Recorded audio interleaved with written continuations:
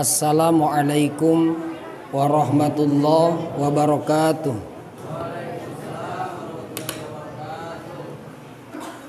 A'udzu billahi minasy syaithanir rajim. Bismillahirrahmanirrahim. Alhamdulillahi rabbil alamin. Wa bihi nasta'inu ala umurid dunya waddin. Wassalatu wassalamu ala asyrafil anbiya'i wal mursalin Sayyidina wa maulana Muhammadin wa ala alihi wa sahbihi ajma'in. Asyhadu an la ilaha illallah wahdahu la syarikalah al-malikul haqqul mubin wa asyhadu anna Muhammadan abduhu wa rasuluhu shadiqul wa'dil amin. Amma ba'du. Kaum muslimin, para bapak anu mulia, oge jamaah sadayana nu sami hadir sepuh anom nu kusim kuring dipihormat, pamudah-mudahan ku Allah dimuliakeun. Dina kesempatan ieu kurang ngalajengkeun kana hanca urang sadayana nu bertalian sinareng masalah pan ilmu ngatur hate, ilmu batin. Nyatana nu dipandu ku pangandika Syekh Ibnu Athaillah As-Sakandari kitabna dina kitab Al-Hikam. Dina rarasan ieu sim kuring rek ngabahas hikmah anu kalima, insyaallah pamudah-mudahan Allah nulungan ka urang sadayana. Amin ya Allah ya rabbal alamin. Bismillahirrahmanirrahim. Ijtihaduka fima duminalaka wa taksiruka fima tuliba minka dalilun alal timasi basiratim minka. Hadirin jamaah pangaosan rahimakumullah. Manusia dina paningalina kabagi kana dua bagian. Hiji aya disebut paningali dohir. Paningali dohir teh paningalina soca kepala. Nu kadua aya paningali batin. Disebutna ainun fil qalbi, paningali hate. Anu fungsina paningali hate teh tudriku umura al ma'nawiyata, bisa mangihan, bisa menakan, bisa ngarti karena berbagai macam perkara anu bangsa maknawi. Ari bangsa maknawi teh suatu perkara nu henteu bisa ditingali ku soca zahir, tapi bangsa maknawi bisa didapatkeunana ku soca batin paningali hate. Ulangi deui, manusia ieu ngagaduhan dua paningali, hiji paningali zahir. Paningali dohir teh paningali soca kepala, nu bisa ningalina kana hisi. Ari hisi mah nu bisa kacabak, bisa katingali eta hisi fisik. Upami soca batin mah fungsina bisa ningali bangsa maknawi. Ai bangsa maknawi teh perkara nu teu bisa ditingali ku soca, tapi bisa ditingali ku hate. Ari soca hate ieu biasana moncorongna teh ku sabab aya deukeut jeung Allah. Ari deukeut sareng Allah ieu nyaeta asbabna ku amalan-amalan anu sifatna khusus, sapertos zikir, itu zikir fungsina keur supaya ngabukakeun paningali hate. Mun tos mantep biasana Allah masihan putuh, Allah masihan kasyaf. Janten jalmi anu dzikir tos istiqomah terus-terusan bari aya di bawah bimbingan Syekhul Mursid, biasana manahna hatena dipasihan ningali ku Allah kana bangsa ma'nawi. Kumaha ningali bangsa ma'nawi teh? Ningali kana rahasia-rahasia kajantenan. Sapertos rahasia jalmi dipasihan cocobi, rahasia jalmi dipasihan panyawat, rahasia jalmi dipasihan musibah.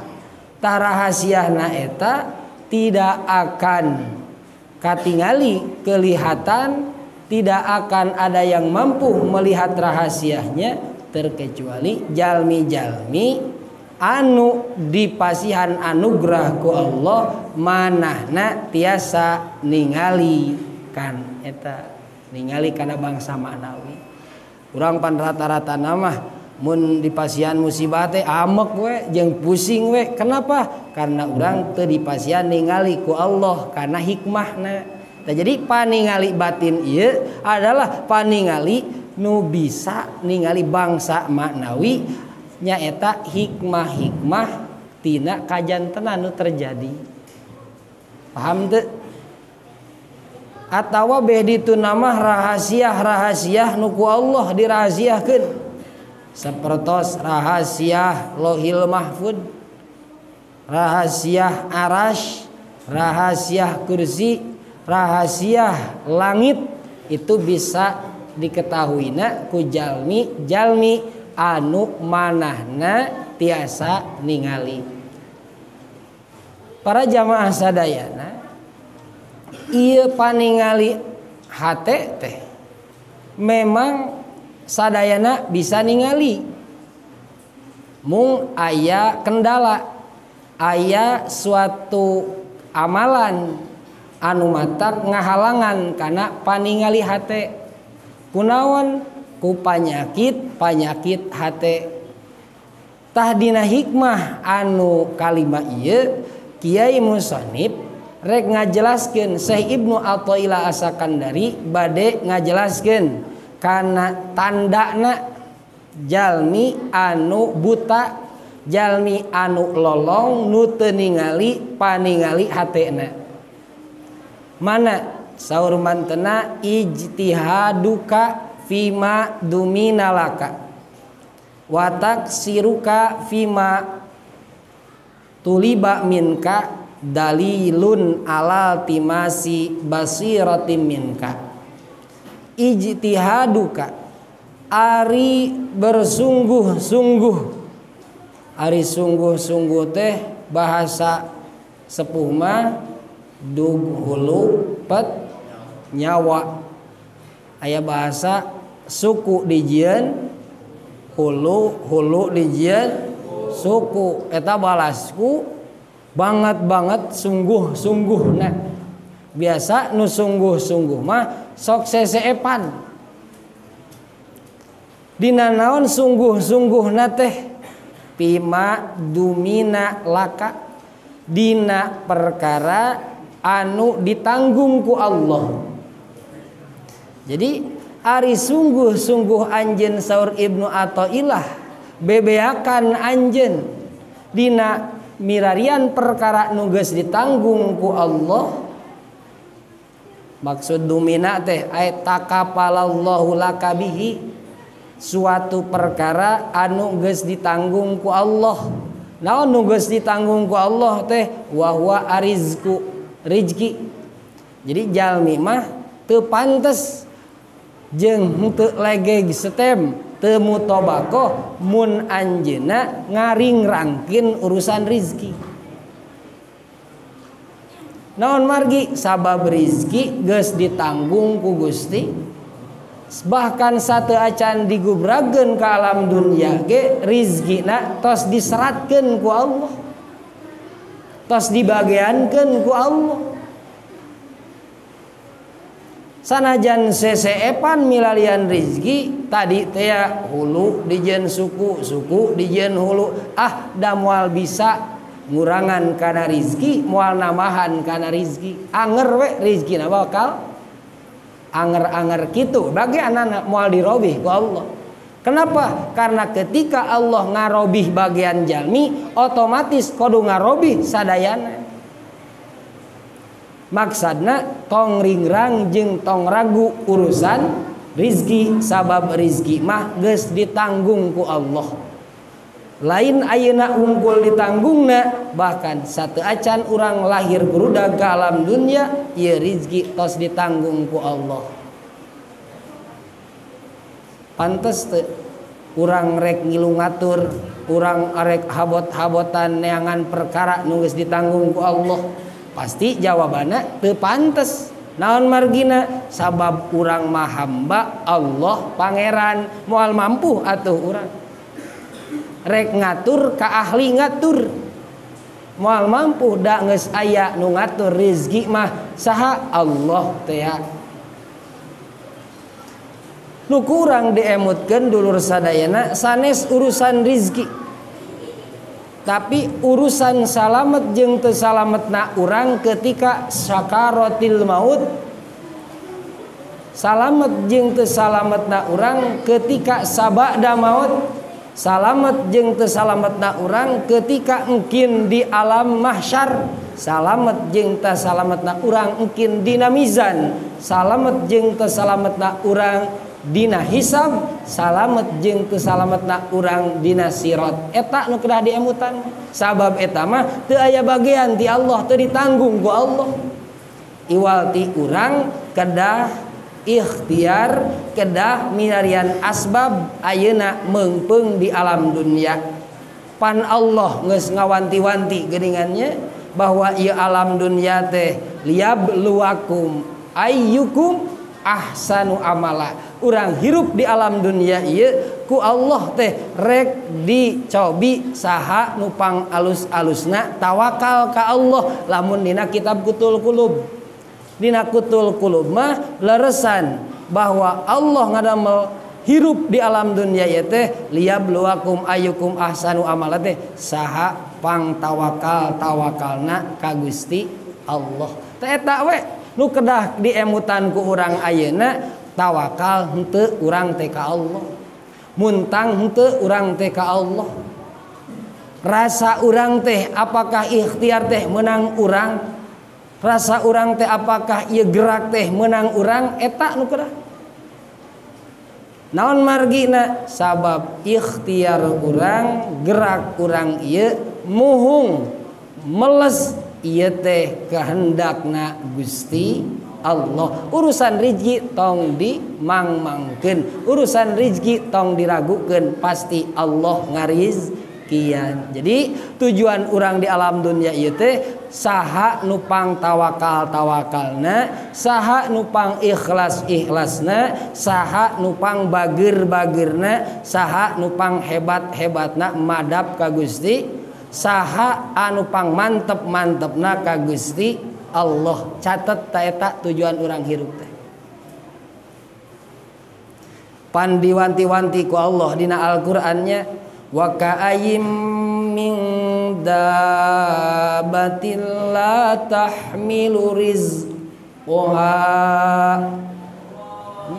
Allahu yarzuquha wa iyyakum. Leres jeung saterasna bahwa wakaim teh seueur min dabatin tina pirang-pirang sato hewan la tahmilu rizquha anu teu nanggung kana rizkina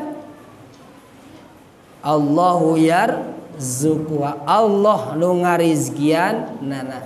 Ceuk urang nama sadayana makhluk Allah nu di alam dunia ieu rek leutik rek ageng ya. Rek hideung rek bodas rek hejo rek koneng kabeh oge ku Allah ditanggung rizkina.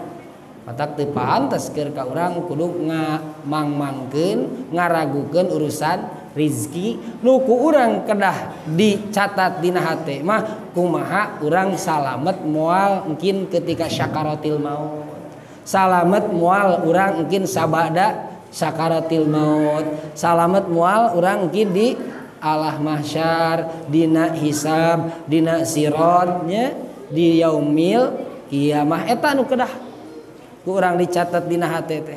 Karena urang tujuan ku Allah diciptakan menghamba. Naon cenah? Menghamba ka Allah. Jadi segala aktivitas mangrupi naon wae kudu jadi penghambaan urang ka Gusti Allah. Urang ikhtiar, urang kasab, rek bagian kantor, rek bagian kebonnya, bagian kuliah, bagian ngantor teh SMP, nah arek SMP teh jadi guru SMP teh jadi guru sekolah menengah pertama, arek jadi guru sekolah mangul pacul. Anger we sadayana oge kudu jadi ibadah penghambaan urang ka Gusti Allah. Sim kuring seringnya ngobrol sareng Atandi cik teh lamun urang ngudag-ngudag duit ieu gogorobasan ka daerah Toblongan. Bangun teh moal kabalikeun. Nganaon tuh? Ngemban amanat guru nu ti dituna ti Rasulullah urang kedah nebarkeun kasaean. Gitu. Kaum muslimin jamaah rahimakumullah. Jadi teu pantes, teu layak keur ka urang kedah ngaragukeun urusan rizki. Sabab rizki geus ditanggung ku Gusti. Samemeh urang lahir ge rizkina tos dicatetkeun ku malaikat. Bahkan beja nama saur dina hadis saur Kangjeng Rasul ketika dina yuswa urang dihamilkeun dina 4 sasi. Dina 4 sasi rezekina, umurna, bagiana, cilakana tos diseratkeun. Dalam artian memahaminya urang tong ragu masalah umur panjang moalnya euy. Rezeki urang beunghar moalnya euy. Urang salamet moalnya entos we satu benang merah na canak. Naon tah ngahamba mengabdi urang ka Gusti. Mudah-mudahannya hadir urang ieu ka masjid ieu teh sing jadi tawis kana pengabdian urang ka Gusti. Nu malah mandar bertambah-tambah keyakinan urang ka Gusti, kamantepan urang ka Gusti Allah. Ulih deui bersungguh-sungguh anjeun saur Ibnu Athaillah dina perkara nu ditanggung ku Gusti Allah tegasna rizki wa taksiruka fimatuliba minka. Teras urang gagabah dina perkara anu disuhunkeun ku Allah anu matak ngahontal kana salamet di akhirat nyatana ibadah eta teh dalilun hiji tanda hiji ciri hiji tawis alal timasi basirati minka kana lolongna mata hate urang.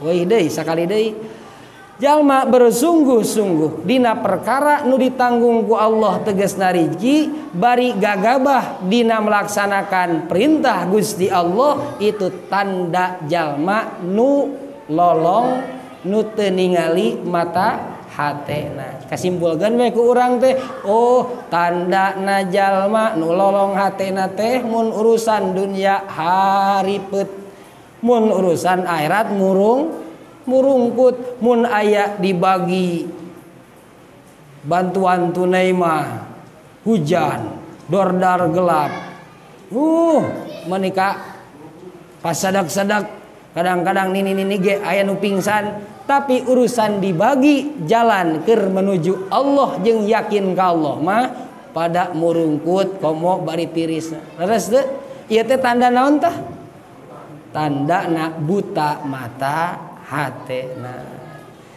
Ari taksiru ka pimatuliba min kateh kumaha surahna wa huwa al a'mal jadi dina amal ibadah gagabah engke we abong keneh kerame di warung teh gitu. Waktu ge merdekakeun salat asar teh setengah genep. Naon teh alasanana? Nyeta nuju rame di warung itu teu kuat. Merdekakeun cangkeul teu bisa diuk-diuk acan. Jadi gagabah we kunaon atuh lain salat engke we bisa ditair disakalikeun dina waktu maghrib kabeh ti mimiti subuh luhur jeung asar teh itu teh tanda jalmi nu lolong hatena gitu. Tak mungkin upami nu kitu dina hikmah selanjutna bakar ditarik ku Allah menghadap ka Allah nate bisalah silil imtihan dengan ditibakeunana bertubi-tubi macam ujian ka anjeunna. Karena sejatina urang digubrageun teh untuk menghadap ka Allah. Wa ma khalaqtul jinna wal insa illa liya'budun. Sedangkan urang henteu ibadah, ceuk Allah teh da kami nyiptakeun anjeun teh he manusia keur ibadah ka kami. Matak anjeun ayeuna kakalah cari weura. Waktuna salat berjamaah anjeun kalahkeun aprak-aprakan di kebon neangan jukut. Leuheung mun teu bali ganas batur mah deui. Kitu. Poe Jumaah batur Jumaahan kalah asup ka kebon awi. Pajarkeun teh ka Mekah Jumaahanana. Aya nu kitu. Ah moal nya di urang mah. Teh eta teh cari weura disebutna teh mun ceuk bahasa urang Bandung mah cari weura gagabah PPK eta teh. Ya, kos ari PPK teh gagabah, ari gagabah teh kaos keuyeub cicing dina hanapeun batu kumaha mun batuna ninggang penyet beureun kaum muslimin jamaah rahimakumullah. Amal nu mana amalna teh nu digagabahkeun teh alladi tatawassalu bihi adatan ila maulak nyata suatu amalan anu matak ngadorong dina adat secara adat kanu jadi pangeranana. Aya kitu amalan mun matak ngadorong cepetna menghadap ka Allah. Aya cara mana? Min adkarin tina zikir. Naon zikir teh? Mengingat Allah. Ingat, jadi zikir ieu adalah suatu amalan pikeun lumpat ka Gusti Allah. Kade ulah salahnya, salah pemahaman, salah asumsi der zikir teh supaya kabayar hutang teu aya di ditu. Zikir ieu supaya urang menghadap ka Gusti Allah nya teu aya. Teu aya jampe ieu mah keur beunghar teu aya. Keur beunghar mah usaha we bari boga modal. Keur supaya boga rezeki, keur supaya boga mobil, supaya boga tanah mah tetep kudu duit. Dikir keur naon tuh? Dikir mah keur ngadeukeutkeun diri ka Gusti Allah. Sabab eta dikir amalan anu sangat kaarep-arep mun ceuk bahasa ayeuna mah efektif lah pikeun lumpat menuju ka Gusti Allah. Ari dikir teh naon? Eling hate ka Gusti Allah bahwa orang gerak ieu teh kusaha? Ku Allah. Urang ngicep teh kusaha? Ku Allah. Matak dikir teh mun bahasa ahli tasawuf itu aya 3 aya dikir ahli syariat dina lisan tama. Aya dikir ahli tarekat dina hate tama. Aya dikir ahli makrifat dina napas tama. Ya. Paham teh ya mun ngabahas kadinya saeutik. Jadi dikir teh aya 3 Kang Ojang. Aya dikir ahli syariat dina lisan we tambah dikir la ilaha illallah atau ya wakil ngalisanna hatena mah eueuhan. Anger we tos ya wakil teh pusing eueuh duit mah majikan monyong mah. Nah dikirna kakarek dina tong digeunggeureukkeun eta ge karena sudah uyuhan sakitu ge. Daripada balak 3, balak 4, balak 5, balak 6 daripada eta ngan sing hati-hati jadi sing emut lah. Fungsi na dzikir teh naon cenah? Keur ngadeukeutkeun diri ka Gusti karena amalan nu kaarep-arep efektif pikeun dugi ka Gusti Allah teh dzikir atau selalu mengingat Gusti Allah. Kaum muslimin jamaah rahimakumullah. Aya keneh selain azkar, selain dzikir teh wasolatin, salat. Matak tong gagabah kana salat teh. Sabab salat ieu pang abdolna ibadah bangsa badaniyah. Pandina salat teh diawalina dengan takbirnya Allahu Akbar. Itu nunjukkeun bahwa dihartian ku urang teh Allah anu agung. Dikaji ku urang teh berarti teu aya nu agung salian ti Gusti. Loba hutang agung teu? Henteu. Boga pangkat agung teu? Henteu. Musibah agung teu? Henteu. Milarian rizki agung teu? Henteu. Beunghar agung teu? Henteu. Nu agung mah Gusti lamun jalmi nyebatkeun Allahu Akbar ceuk ulama ahli batin teras dina hatena bingung keneh urusan dunia berarti lain Allah nu agung teh tapi dunia. Kedah nama ketika nyebatkeun Allahu Akbar parat dugi kakeun hatena teu aya nu matak ngabingungkeun, teu aya nu matak ngahebatkeun lintang ti Gusti Allah. Jadi bingung urang teh kuduna Gusti abdi kedah kumaha menghadap ka Gusti. Itu kedah nama. Laras teh kedah nama urang teh eta nu bingung teh Gusti, ya Allah kumaha engkeun di poe kiamah. Mun abdi teu lumpat ayeuna ka Gusti di alam dunya rek kumaha engkeun ya Allah saha anu rek nulungan abdi. Gusti leleskeun manah abdi pikeun menghadap ka Gusti sabab abdi bingung mun teu aya pitulung Gusti saha nu rek nulungan ka abdi. Kedah nama kitu. Mun kitu mah tos salat anggar keneh bingung ku hutang, tos salat anggar keneh bingung ku mayar pajeg, mobilna aya mayar pajeg bingung. Eta mah berarti can aya nu agung lintang ti nu bingung ku anjeunna.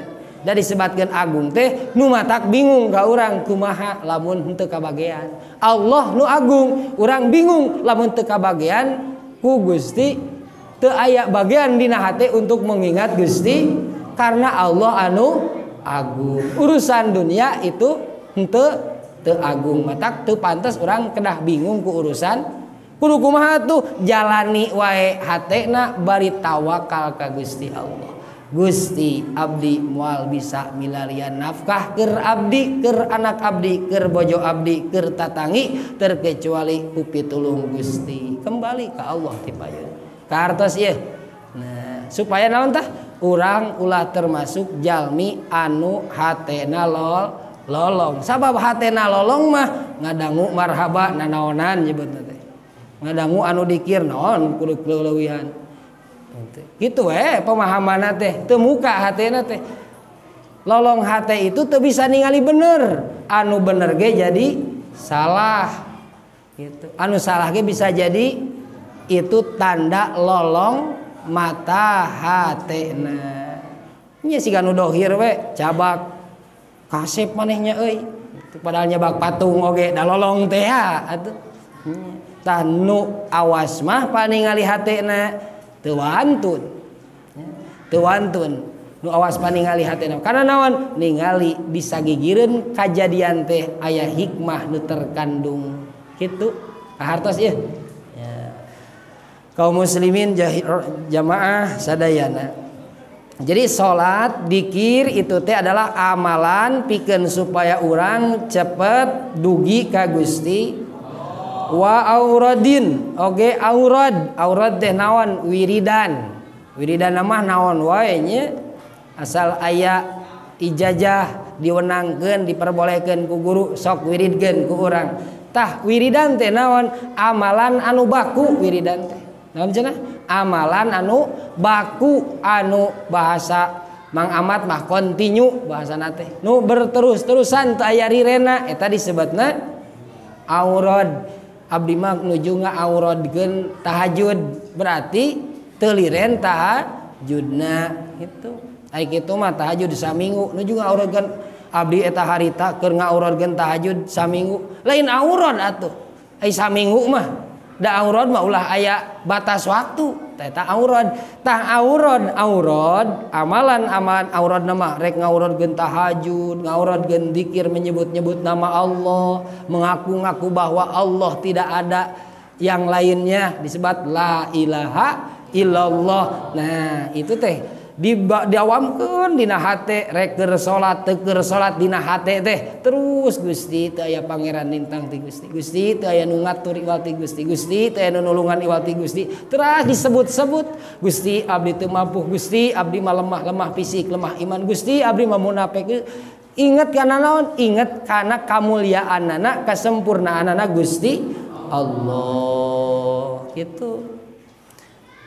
Aurad dari berbagai macam amalan-amalan anu bersifatna taat ka Gusti Allah. Eta tadi dikuatanku wa ma khalaqtul jinna wal insa illa liya'budun. Ieu adalah ayat anu menegaskeun bahwa orang tujuan ieu lain keur memikirkeun urusan eusi pejit sarangka jeung bungkus kulitnya sanes, tapi urang ieu tujuanna keur memikirkeun kumaha engkin di hadapan Allah dina menanggung jawab tina panjang umur, tina pangabisa, tina harta jeung sajabina. Eta nu kudu amalan mah. Karena sadayana bakal ditaros ku Allah, tiasa ningali bakal ditaros ku Allah. Tiasa ngarungu mungkin bakal ditaros ku Allah. Tiasa gerak mungkin gerak urang dikamanakeun ditaros ku Allah. Tiasa nyabak ditaros ku Allah, tiasa ngalangkah ditaros ku Allah. Sadayana ge engkin bakal ditaroskeun. Caur Allah cek bahasa urang nama anjeun dipasian soca dipake naon tah soca teh?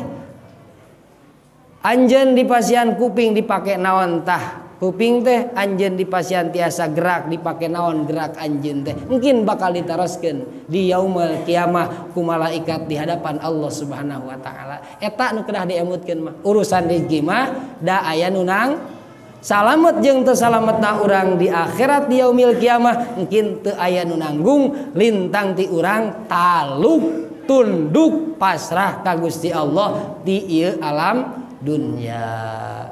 Kaum muslimin jamaah rahimakumullah. Pal matlubu minal murid nu dimaksud tina ayat ieu nu disuhunkeun pikeun jalmi nu hoyong wusul ka Allah murid dia disebatna nu hayang ngilangkeun rasa anjeunna sadayana ieu kehendak Gusti Allah mangka asa yufiqutil arwah mangka kudu nguatkeun kudu ngahebatkeun kudu nyuburkeun ku amalan-amalan nu matak nguatkeun kana arwah. Naon nu matak nguatkeun kana ruh adalah zikrul maula atawa zikrullah. Jadi dikir ieu kanyahoan ayeuna mah fungsina saur Ibnu Athaillah teh supaya nguatkeun, nyehatkeun, nyegerkeun kana ruh urang. Kartos makanan dohir mah cau, makanan dohir mah sangu, makanan dohir mah kue roti seueur nya. Ngan makanan batin naon tah? Teu aya deui iwati zikrullah. Hiji tah wa fi luma yuqarribu ilaihi. Oge makanan ruh urang. Jadi ruh teh engkin jadi sehat. Ruh urang teh jadi seger, lumpat ka Gusti Allah na teh teu cicing. Nya. Ma yuqarribu ilaihi nyaeta ku amalan-amalan anu matak ngadeukeutkeun ka Gusti Allah naon bae amalan nama. Gitu. Lakutul asbah lain nguatkeun wungkul badan fisik urang ieu. Di murid jalmi nu hoyong wusul ka Allah saur musannif poma ulah ngagugulung makanan dohir bungkul tapi nu dipokokkeun mah kudu makanan batin. Naon makanan batin teh? Zikrullah gitu. Naon margina li anahu qaimun bihi sabab eta dzikir eta amalan-amalan nu matak ngadeukeutkeun ka Gusti Allah makanan ruh teh itu ruh bakal qaimun bihi bakal sehat bakal jag-jag dengan dikir. Aya jalmi teh fisikna kuat ruhna teu kuat jag-jag pasian we gering entos we gering dohir ongkoh batina ongkoh. Kumaha cirina? Awakna gering hatena ge amek-amekan teu ridho. Tah itu teh nya gering dohir nya gering batin nu kitu teh diputuskeun ku kabogoh. Ampun saminggu teu daharna ge.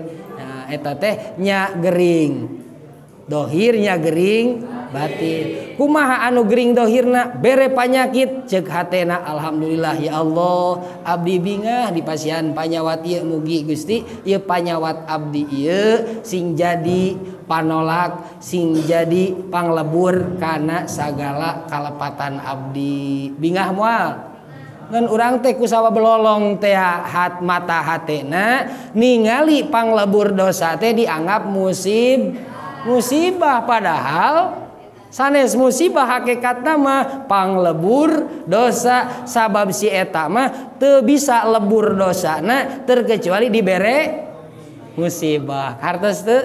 Nah itulah nya nu dimaksud ku kasauran Ibnu Athaillah dina hikmah anu kalima ieu nyata bersungguh-sungguh bebeakan dina ngurus jeung ngatur neangan urusan rezeki gagabah dina taat ibadah itu adalah tanda jalmi nu lolong hatena. Jampena kumaha tah ku seueur kembali ka Gusti Allah. Aku ku urang teh Gusti abdi moal mampu menghadap ka Gusti terkecuali dipasihan taufik ku Gusti. Omongkeun ku urang Gusti abdi sok pok atuh Gusti abdi moal mampu ngalaksanakeun taat ka Gusti terkecuali ditulungan ku Gusti. Sakali deui Gusti abdi moal mampu taat ka Gusti terkecuali ditulungan ku Gusti. Sakali deui Gusti terkecuali ditulungan. Jadi nu peryogi ku urang teh naon tah? Pitulung Gusti. Kartos teh. Mudah-mudahan nya bermanfaat. Oke mudah-mudahan sing namih-namih kayakinan kamantepan ka Gusti Allah khususna sim kuring pribadi umum kasadayana. Hapunten tina sagala kakiranganana. Hatur nuhun kana perhastosanana wallahul muwaffiq ila aqwamit thoriq. Wassalamualaikum warahmatullahi wabarakatuh.